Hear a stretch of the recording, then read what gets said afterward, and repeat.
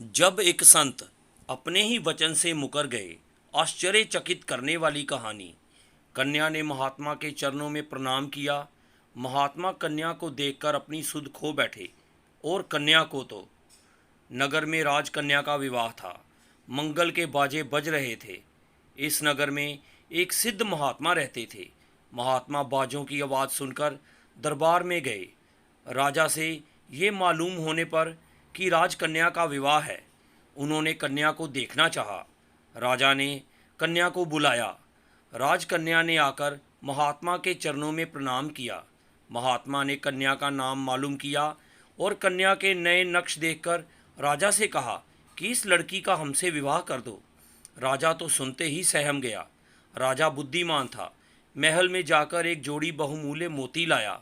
मोती का आकार मुर्गी के अंडे जितना था और उनसे शारदीय पूर्णिमा के चंद्रमा की सी ज्योति चटक रही थी। राजा ने नम्रता से कहा, भगवान, हमारी कुल की रीति है, जो इस तरह के 108 मोतियों का हार कन्या को देता है, उसी से हम कन्या का विवाह करते हैं। महात्मा ने उत्साह से कहा, हाँ हाँ, तुम्हारी कुल की प्रथा तो पूरी होनी ही चाहिए। ये दोनों मोती के दाने मुझे दे दो। इसी नमूने के 108 मोती मैं तुम्हें लाकर देता हूँ, परंतु खबरदार, तब तक लड़की को किसी दूसरे से ब्याह ना देना। राजा ने सोचा था महात्मा मोती की बात सुनकर निराश ही लौट जाएंगे, परंतु यहाँ तो दूसरी ही बात हो गई। राजा जानता था महात्मा ऊंचे दर्जे के सिद्ध पुरुष हैं, उनकी आज्ञा ना मानने से अमंगल हो सकता है। इसलिए राजा ने दोनों मोती उनको दे दिए और कहा, भगवान, आगे लगन नहीं है, आप जल्दी लौटिएगा। राजा ने सोचा ऐसे मोती कहीं मिलेंगे नहीं, महात्मा सच्चे पुरुष हैं, लौट ही आएंगे। तब लड़की का विवाह निर्दिष्ट राजकुमार के साथ कर दिया जाएगा। राजा ने विवाह स्थगित कर दिया। महात्मा मोती के दाने झोली में डालकर चल दिए। 3 दिन हो गए। महात्मा समुद्र के किनारे बैठे कमंडल भर भर कर समुद्र का जल बाहर उलीच रहे थे। उन्हें खाना पीना सोना कुछ भी स्मरण ना था। ना थकावट, ना विषाद, ना निराशा, ना विराम है। एक लगन से कार्य चल रहा है। महात्मा की अमोघ क्रिया से प्रकृति में हलचल हुई। अंतर जगत में एक क्षोभ उत्पन्न हो गया। समुद्रदेव ब्राह्मण का रूप धरकर बाहर आए। ब्राह्मण ने पूछा, भगवान, ये क्या कर रहे हैं? समाधि से जगे हुए की भांति उनकी ओर देखकर सहज सरलता से बोले, महात्मा, 108 मोती के दाने चाहिए। समुद्र में पानी नहीं रहेगा तब मोती मिल जाएंगे। ब्राह्मण बन समुद्रदेव ने कहा, समुद्र का इस तरह से और इतनी जल्दी बिना पानी का हो जाएगा? महात्मा ने कहा, हाँ हाँ हाँ, क्यों नहीं, हो जाएगा। पानी तो उलीच ही रहे हैं, 2 दिन आगे पीछे होगा, अपने को कौन सी जल्दी पड़ी है। ब्राह्मण बोला, अगर समुद्र आपको मोती दे दे तो? महात्मा बोले, तो फिर क्या, हमारा समुद्र से कोई बैर थोड़ी है जो हम उसे बिना पानी का बनाएंगे। ब्राह्मण रूपी समुद्र बोला, अच्छा तो ये लीजिए। समुद्र की एक तरंग आई और मोतियों का ढेर लग गया। महात्मा ने झोली से दोनों मोती निकाले, उनसे ठीक मिला मिलाकर 108 मोती चुनकर झोली में डाल लिए और चलने के लिए उठ खड़े हुए। ब्राह्मण वेशधारी समुद्र ने कहा, भगवान, कुछ मोती और ले जाइए ना। महात्मा बोले, हमें संग्रह थोड़ी ही करने हैं, जितनी ज़रूरत थी उतने ले लिए, अब हम व्यर्थ बोझ नहीं उठाएंगे। महात्मा ने आकर राजा को बुलाया और पहले के 2 दाने के समेत 108 मुर्गी के अंडे जैसे चांद के चमकते मोती के दाने राजा के सामने रख दिए। राजा आश्चर्यचकित हो गया। महात्मा के परम सिद्ध होने का उसे पूर्ण विश्वास हो गया।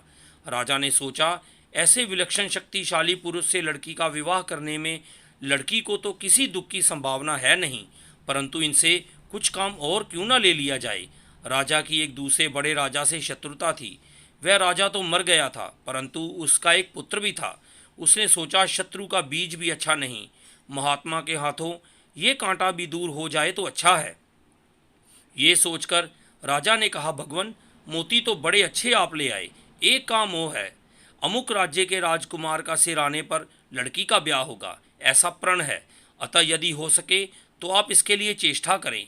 महात्मा ने कहा, अरे, इसमें कौन सी बड़ी बात है, अभी जाता हूँ। महात्मा जी उस राज्य में गए, राजमाता से मिले।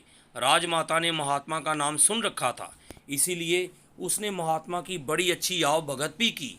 महात्मा बोले, माता, हम तो एक काम से आए हैं, तुम्हारे राजकुमार का हमें सिर्फ सिर चाहिए। हमने एक राजा से कहा था अपनी कन्या का विवाह हमसे कर दो। उसने कहा है कि अमुक राजकुमार का सिर ला देंगे तभी विवाह होगा, अतः तुम हमें अपने लड़के का सिर दे दो। इकलौता लड़का था और वही राज्य का अधिकारी था। महात्मा के वचन सुनकर राजमाता के तो जैसे प्राण ही सूख गए, परंतु हृदय में श्रद्धा थी। उसको विश्वास था कि सच्चे महात्मा से किसी का कोई अमंगल नहीं हो सकता। राजमाता बोली, भगवान, लड़के का सिर मैं कैसे उतारूं? आप इस लड़के को ही ले जाइए।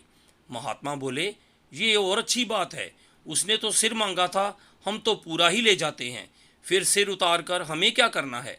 राजमाता बोली, भगवान, इसे मैं आपके हाथों में सौंप रही हूँ। महात्मा बोले, हाँ हाँ, भगवान सब मंगल करेंगे।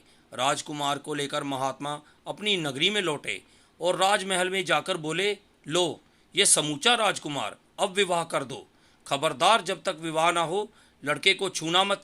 राजा ने आनंद मंगल होकर कहा, ठीक है भगवान, ऐसा ही होगा। महात्मा ने कहा, तो बस अब देर ना करो। विवाह मंडप रचा हुआ था, चौकी बिछाई गई, महात्मा दूल्हा बने, कन्या आई। कन्या को महात्मा जी ने एक बार नक्शीश देखा, अकस्मात महात्मा बोल उठे, अरे उस राजकुमार को तो यहाँ बुलाओ। राजकुमार बुलाया गया।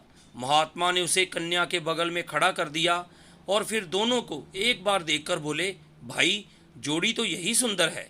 राजा, बस अभी इस राजकुमार से राजकुमारी का ब्याह कर दो। खबरदार, जो जरा सी भी ची चपट की। राजा मना नहीं कर सका। राजकुमारी का विवाह शत्रु राजकुमार से हो गया। महात्मा के विचित्र आचरण का रहस्य अब राजा की समझ में आया। राजा का मन पलट गया, शत्रु मित्र हो गया। महात्मा अपनी कुटिया में जाकर पहले की तरह धोनी तापने लगे। इस कहानी से यही मालूम हो गया कि संत पुरुष की क्रियाएं किसी अज्ञात उद्देश्य से बड़ी विलक्षण हुआ करती हैं। उनकी क्रियाओं से उनकी स्थिति का पता लगाना बहुत ही कठिन होता है। तो दोस्तों, आपको ये कहानी कैसी लगी? कमेंट बॉक्स में ज़रूर बताएं। कहानी को लाइक, शेयर और चैनल को सब्सक्राइब करना ना भूलें। धन्यवाद।